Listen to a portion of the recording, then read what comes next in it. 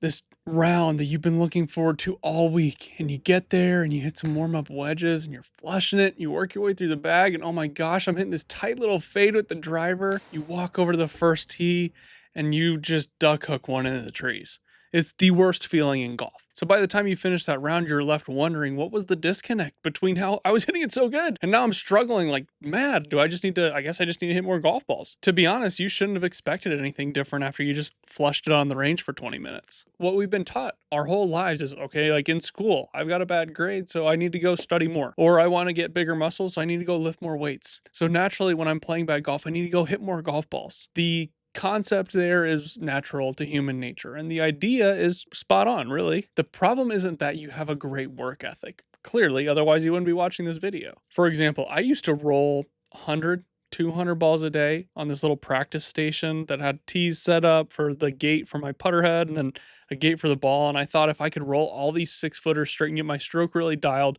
I would be a great putter. The problem was I would get out onto the actual course, and I remember my sophomore year, I literally left a 30-footer like 15 feet short. And at that point, I didn't really know what was going on, but now I understand there was a massive disconnect between practicing to build a motion and practicing to build a skill. I was working on a motion of having the perfect putting stroke. I needed to be working on the skill of making putts. I'm just one person, but there are studies that have been done on this where they take two groups of golfers, they split them up. The first group does block practice on the putting green, the second group does random, and that first group always outperforms in that first session with block practice. And the second group, using random practice or putting to a new target every single time, really struggles in that first session. But when they come back and test them a week later, the group that struggled in that first session performed better when it mattered most. You can walk to that first tee with a ton of confidence because you were hitting it great. But if that confidence is rooted in a skill that is not required on the golf course, you're just not going to play well. Okay, so I've torn apart your practice. Now what's the fix? Most golfers need to focus on 3 key areas. Keeping the ball in play off the tee, hitting it closer to the hole on your approach shot, so that means controlling your face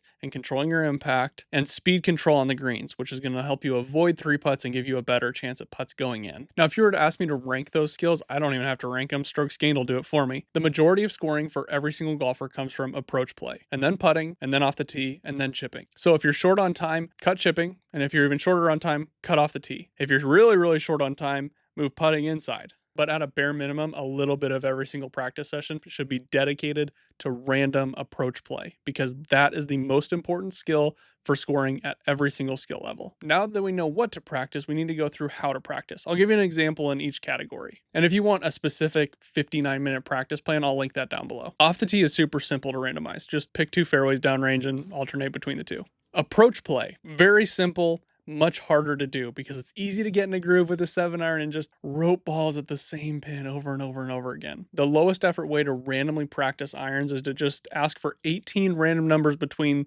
100 and 200 in ChatGPT and ask for 18 letters, either L or R. That's going to tell you how far you need to hit it and which way you need to curve it. And make sure you're not aiming in the same spot 2 times or more in a row. Chipping can also work into putting if you just try to get up and down a bunch of times randomly in a row with 1 ball. Or if you're going to throw down a bunch of balls, throw them all in different spots, don't fluff it up, and chip to a different hole each time. I would say there's 2 primary ways to random practice putting. One is 1 ball, you're putting to a different target each time, different lengths, you're reading the whole putt, you're going through your full routine as you would on the golf course. The second one is to do the circle drills where you set up 4 to 6 balls in a circle around a hole and you go through your full routine on each one. The key to those kinds of drills is to, once you've gone through a full circle once, move to a different hole. The second most important thing that you have to be doing in order to get the most out of your practice sessions is to go through your full routine. And if you go through your full routine, make sure you do it on the course, because if our routine pre-shot looks different from the range to the course, no matter which way it is, you're wasting your practice time on something that you're never going to use come game time. And the last one is time related. So if you're like me and you maybe get an hour every once in a while to go hit range balls, make sure you're using that time wisely on things that actually are going to matter to you. A simple way to find this out is to download that simple stat tracker, and that's going to give you a really honest example of if you're good in a certain area, and it's got baselines on there so you know if you're better or worse than your peer group. We talked about earlier, in general, start with approach play, then putting, then off the tee, then chipping. And if you want a truly curated plan that's flexible to the time that you have, and you can track all your stats, and you can track all your stats from the golf course, and you can